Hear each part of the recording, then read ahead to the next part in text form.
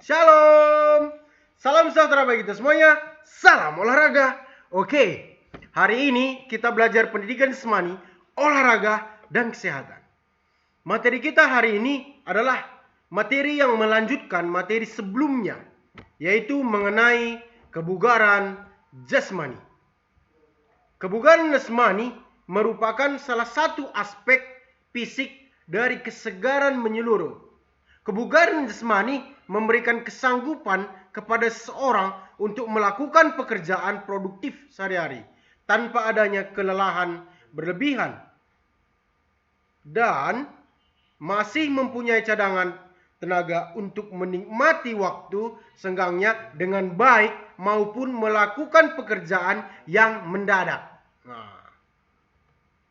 Faktor-faktor yang mempengaruhi kebugaran jasmani yang pertama adalah masalah kesehatan, seperti keadaan kesehatan, penyakit menular dan menahun. Selanjutnya yaitu masalah gizi. Faktor gizi juga mempengaruhi, ya, seperti kurang protein, kalori, ya, gizi rendah dan gizi yang tidak memadai. Selanjutnya adalah masalah latihan fisik. Ya, itu juga seperti usia mulai letih ya. Frekuensi latihannya per minggu, intensitas latihan dan volume latihannya. Nah, ini juga mempengaruhi ya kebugaran kita ya, mengenai kebugaran jasmani ini. Selanjutnya adalah faktor masalah keturunan. Nah, ini ya seperti kelainan bawaan begitu, faktor genetik begitu ya. Oke, kita lanjut. Seseorang dapat dikatakan memiliki kebugaran jasmani ya jika mempunyai ciri-ciri sebagai berikut. Nah, ini ciri-cirinya.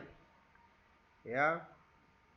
Yang pertama itu daya tahan jantung atau peredaran darah ya dan paru-paru.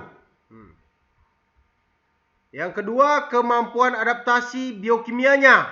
Nah, ini cirinya. Yang ketiga, bentuk tubuhnya. Selanjutnya, kekuatan otot, tenaga ledak otot, daya tahan otot, ya, kecepatan, kelincahannya, kelenturannya, kecepatan reaksinya, dan koordinasinya. Nah, ini banyak ya. Bisa kita lihat bagaimana dia seorang itu dikatakan bugar. Nah, bisa kita lihat dari beberapa ya komponen-komponen di sini ya. Dari urutan A tadi sampai K ini adalah semua ya ciri dari jika seorang mempunyai kebugaran. Iya. Bagaimana kita katakan seseorang itu bugar kalau dia tidak kuat? Oh tidak, itu berarti bukan bugar, ya lemah.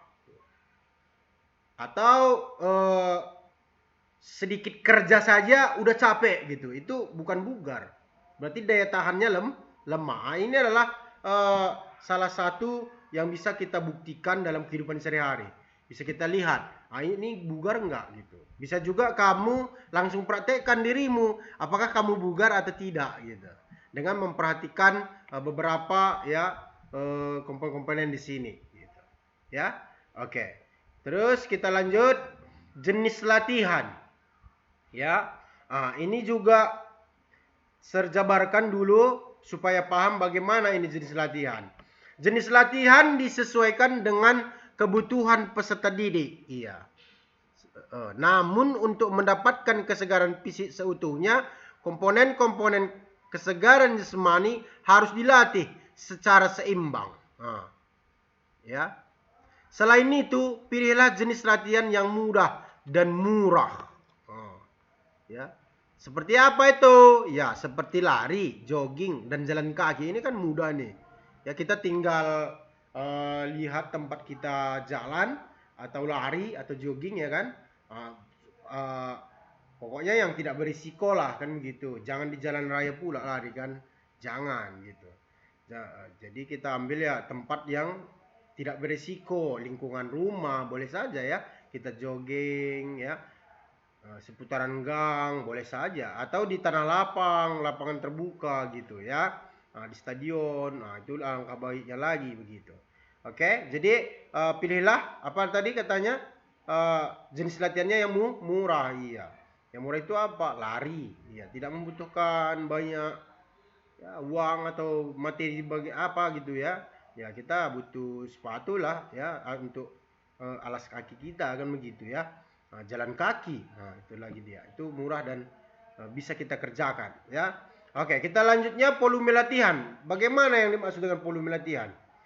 Volume latihan itu berlatih kesegaran jasmani. Selain atlet diperlukan waktu minimal 20 menit. Ini selain atlet.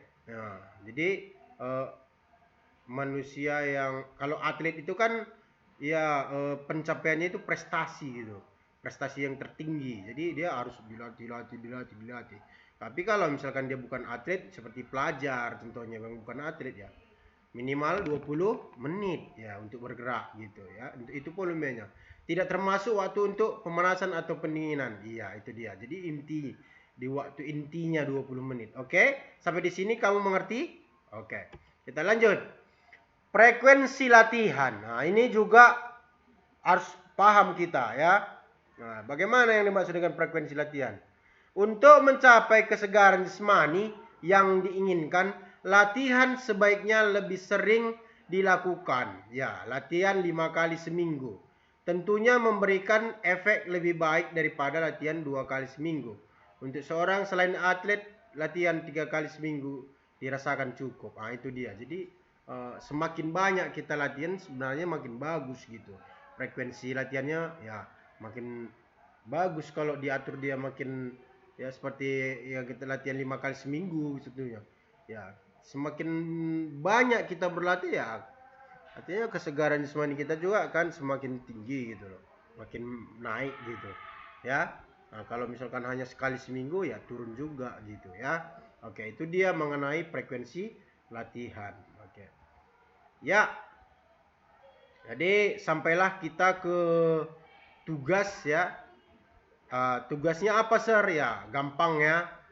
Tugasnya tuliskan apa yang sudah kita pelajari dalam materi kebugaran jasmani ini. Itu dia ya.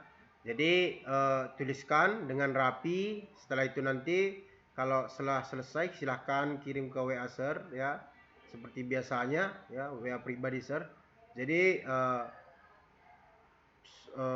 materi hari ini ya mudah-mudahan bergunalah untuk kamu ya. Itu. Jadi pesan sir, tetap jagalah kesehatan kamu ya. Tetap berolahraga untuk meningkatkan kebugaran kamu juga begitu. Kalau kita kebugaran jasmani kita meningkatkan ya artinya kita kan terhindar juga dengan COVID-19 begitu ya. Itu dia. Dan jangan lupa tetap juga berdoalah ya. Karena segala sesuatunya ya kita jangan pernah lupa untuk berdoa atau menyerahkan diri kepada Tuhan yang Maha Esa ya, Tuhan yang Maha Kuasa. Iya. Jadi itu dia. Salam sejahtera bagi kita semuanya. Salam olahraga.